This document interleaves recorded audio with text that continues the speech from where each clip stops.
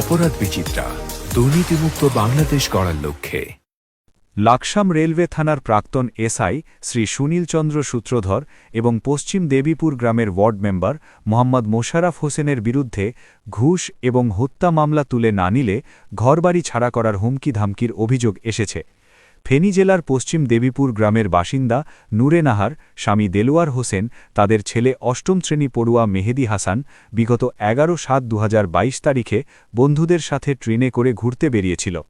তখন পূর্বশত্রুতার জের ধরে লাকসাম পার হওয়া পথে মেহেদী হাসানকে ট্রেন থেকে ধাক্কা দিয়ে ফেলে দেয়। এই ঘটনাকে কেন্দ্র করে তৎকালীন লাকসাম রেলওয়ে থানায় নিহতের মা নূরে নাহার ৭ জনকে আসামি করে একটি মামলা দায়ের করেন। আসামিরা হলেন মোহাম্মদ বিপুল, সোয়াপনীল, বাবলু, হৃদয়, ছাব্বির, সামির, মুন্না ও মারুফ। আমার ছেলেরা নি বাড়িতে ঘুরতে যাইব, বাড়িতে অনেক জর্গা দাটে ছিল, আমার ননদের ছেলেরা নিয়ে জর্গা ছিল। জর্গার পরে বিপুলে আমার স্বামীরে, আমার ছেলেরা, আমি হাসপাতাল ছিলাম, বিপুলের খালতো ভাই, বিপুল হচ্ছে আমার স্বামীর খালতো দেবরের ছেলে, আমার খালতো দেবরের ছেলে। বিপুলের মারা, বিপুলে আমারে অনেক নির্যাতন করছে। আমি অনেক নির্যাতনের পরে এলাকার মান্যগণ্য ব্যক্তি মোশাররফ মেম্বার সবাইকে জানাইছি, শেখ আহমদ, বুনিয়া, এগুলা সব কাজ চক্রান্ত করছে বুনিয়া মোশাররফ মেম্বারে। কুমিল্লা গেছে, লাকসাম গেছে, হেরা টাকা দিয়ে চক্রান্ত করি আমার ছেলের, হেরা আমি লিখছিল। আমার ছেলের কোনো প্রকারে আমি কোনো একটা বিচার হাইনো, কারো কাছে যাই আমি একটা সান্ত্বনামূলক কথা হাইনো। ছেলে মারা যাওয়ার পরও কেউ আমার একটা সান্ত্বনামূলক কথা দেন। বিপুলের নিজ মুখের কথা, আমার ছেলে মরার পরে লাসাইনবার পরে সবাই বিপুলের দিক গেছে। বিপুলে বলছে আমার ছেলের হের কলার সাবিত হচ্ছে, হের কমর সাবিত হচ্ছে, হের আশ সাবিত হচ্ছে, হে বাঁচালে বাঁচাইতে হইতো, হে বাঁচানো। কিলে আমার ছেলের কিভাবে কিলে মারলো এটা বিপুলও জানে,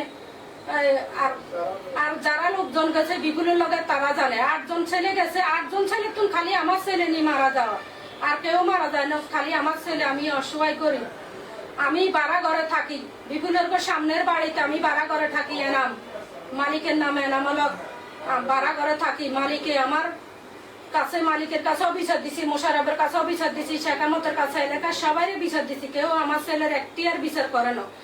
বলে বিপুলেরা আমার ছেলে মারার পরের দিন বিপুলেরা নানার বাড়িতে ছিল, নানার বাড়িতে 1 সপ্তাহ থাই, নানার বাড়িতে না আইসে। আসার পরে বিপুলেরা 15 দিন পরে বাসাত গেছে, বাসার তুন 8 মাস পরে আইসে। 8 মাস পরে আসার পরে বিপুলের বড় ভাইয়ে, আমি কান্দা কাটি করি আল্লাহর কাছে বিচার দিল। বিপুলের বড় ভাই আমার দাদি কুবাই কাড়ি এলার ঘরে আইসে, আয় দাদি কুবাই কাটিলে আমি এলাকার মান্যগণ্য ব্যক্তি মোশাররফ মেম্বার, বুনিয়া টুইয়া সবাই জানাচ্ছি। এই সব কাজ করছে বুনিয়া আর মোশাররফে, এলাকার মান্যগণ্য ব্যক্তি। আমি এর ঘরে টাকা দিতে পারি না, আমার টাকার উচিত 2 মাস পরে এরা বলছে আমি টাকা দিতে হারামনি, টাকা দিলে এরা মামলা খাওয়া করাইব। তো সবাই বলছে বিপুলে মারছে, বিপুলে মারছে। একটি লোক একটি আর বিচারের কথা কয় না, আমার একটি লোক একটি সান্ত্বনামূলক কথা কয় না। আমার ফোন দিলাম, মনে ফোন দিলাম, দেখলে মেয়ে দেখেছে, মেয়েদের 3 ঘন্টা হয়ে গেছে, 3 ঘন্টা হয়ে গেছে, কননে হয়েছে, লাকসাম, লাকসাম কোন জায়গা, বাইপাস রোডে। এবারে দিলাম আর সমদ বাইরে ফোন, লাকসাম, লাকসাম ফোন দিলে আমার মেয়েরা আমার কথা বুঝতে পারতেছে না কান্দাকাটির ব্যাপারে। এবার আমার বারবার ফোন, আমি বলি যে মেহেদী হাসান মারা গেছে, মেহেদী হাসান মারা গেছে, কোন জায়গায় মারা গেছে, আলে বাই লাকসাম। এবার তারা ফোনটা লয়ে আসে, আয় লাকসাম, আয় দেখে দেন বাইপাস রোডে তো 2টা ভাড়াটিয়া ঘর আছে, একটা মসজিদ আছে, মসজিদ বরাবর ভাড়াটিয়া ঘর বরাবর আমার ভিতরে লাস্ট থেকে ঘটাইছে। হাই আর সমদ ভাই দেখে দেয় অবস্থা, আর সমদ ভাই আমার অজ্ঞান হয়ে গেছে। দিলাম মুন্নার ফোন, মুন্না বিপুল কই, বিপুল কই, বিপুল কই, বিপুল আছে কয় না, নাইও কয় না, কোনো অবস্থাতে মানে হীরা কোনো কথা বলতে চায় না। বিপুলের নইলে আমার বাইয়ে দিছে, আমি দিছি, এর বাপে দিছে, মানে মনে 50টা কলের উপরে গেছে মুন্নার কাছে। মুন্না কোনো বলে না যে বিপুল আছে, কোনো অবস্থাতে মুন্নার রাজি হয় না, শিকার না। এবারে গেলাম যাই সাইডে হুতরে আম গাছের তলা হুতা রেখেছে আমার প্যাকেট করে। আমি তো সাইডে যাই, সাইডে আমার সমদ ভাই আছে, আমার শ্বশুরের লেখার লোক আছে, আমার শাশুর মেম্বার, তারপরে চেয়ারম্যান শুদ্ধ এখানে বসে কথাবার্তা বলতে আছে।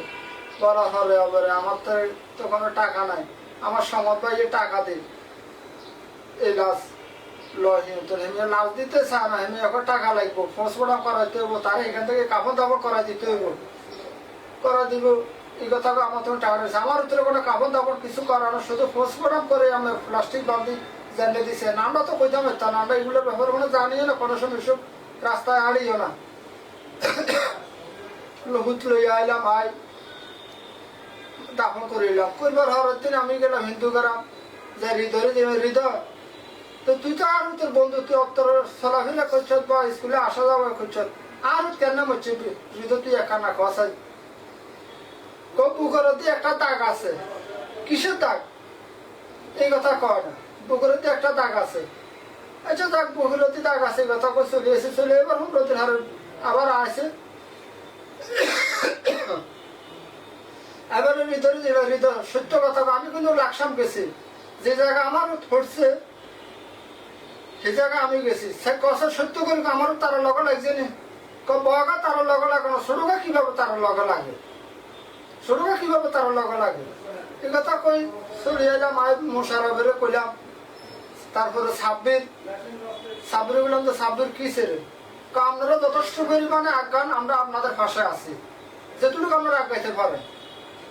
ওরা মোশারফ দিলাম, মোশারফ দেখো তুমি একদম মেম্বার এবং সরকারি খাতা তোমার নাম আছে, এখন বর্তমানে তুমি আমার বাপর হব, তুমি হার হরিদের বই এটা দুই চারটা লোক বই তুমি এটা সমাধান করো, সে মা তার একটা আবেগ আছে, এনে মোশারফ এনে আর ভিতরে শেখ হরিদের হইতে মারানো বিফুলে মারানো কলারে এনে করে, কিন্তু মুখ দিয়ে আওয়াজ করে না কলারে যারা ইয়ার আর আমি বললাম দেখি তুই হারবানি, আপনারা শেখুবের কাছে গেছে, শেখু ভাই আমরা হুনারের বিচার করতে চান না, তোমরা আইনে যাও, লগ লাগায় মোশারফের আওয়াজ আনিলাম, মোশারফ এনে কর শেখু ভাই ঠিক আছে আলহামদুলিল্লাহ আমরা আইনে যান, আমরা আইনে যাইবার হতুন কেন হেরা আমার কুমিল্লা যা 3 বার লাকসাম যায় ফটো তুলে, কুমিল্লা যায় ফটো তুলে, আমার লগে কোনো সংযোগ নেই, কোনো কথা নাই বার্তা নাই, হেরা দারোগারও ধরে দারোগার লগে কথাবার্তা কর বুঝা এ আসিন আর আমার বুঝে আমার কথা বেজার করি কিনবো যাক আপনারা 30,000 দিদি মারান না, কোনো আওয়াজ করি না, কোনো বেজার করিয়েন না,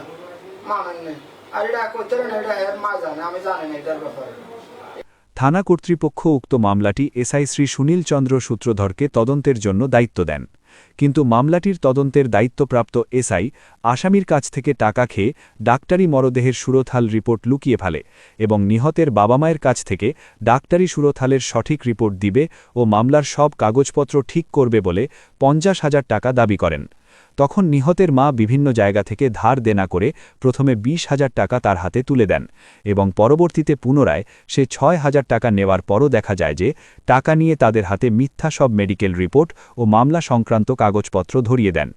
নিহতের মা আরও অভিযোগ করেন যে তাদেরই ওয়ার্ডের মেম্বার মোহাম্মদ মোশারফ হোসেনও আসামিদের সাথে মিলে তাদের হুমকি ধামকি সহ নিহতের বাবার কাছ থেকে জোরপূর্বক মামলা তুলে নেয়ার শর্ত সাপেক্ষে কাগজে স্বাক্ষর নেন, কিন্তু সেই মেম্বার তৎকালীন সময় আওয়ামী লীগের রাজনীতির সাথে জড়িত থাকার কারণে নিহতের বাবা মার কোনো কথাই শুনতে রাজি ছিলেন না এবং নিহতের বাবাকে সব সময় বিভিন্নভাবে হুমকি ধামকির উপরে রাখতেন। এছাড়াও মোশারফ হোসেন মামলা তদন্তকারী কর্মকর্তা শ্রী সুনীল চন্দ্র সূত্রধরের সাথে যোগাযোগ করে মিথ্যা পুলিশ রিপোর্ট ও মেডিকেল রিপোর্ট দিয়ে মামলাটি মহামান্য ম্যাজিস্ট্রেট কোর্টে খারিজ করিয়ে দেন এবং নিহতের বাবাকে এই বলে হুমকি দেন যে মামলা না উঠালে তাকে মিথ্যা মামলা দিয়ে ফাঁসিয়ে দেবেন। একই সাথে নিহতের বড় ভাই নাহিদ হাসানকে বেশ কয়েকবার আসামিরা মামলা তুলে নেয়ার জন্য মারধর এবং মিথ্যা মামলার হুমকি দেয়। এই অবস্থায় তাদের সন্তানের হত্যাকাণ্ডের সুবিচার পাওয়ার জন্য পুনরায় মামলা দায়ের করে। বর্তমানে দ্বিতীয় মামলাটি আদালতে চলমান রয়েছে। আওয়ামী লীগ সরকার ক্ষমতায় থাকার কারণে তারা তাদের ছেলে মেহেদী হাসানের সঠিক বিচার পায়নি। এমতাবস্থায় আদালতে মামলার পাশাপাশি তাদের ছেলের হত্যার বিচারের জন্য সরজমিনে সঠিক তদন্তের মাধ্যমে প্রকৃত আসামিদের এবং উল্লেখিত এসআই ও মেম্বারের সঠিক বিচারের দাবি জানিয়েছেন।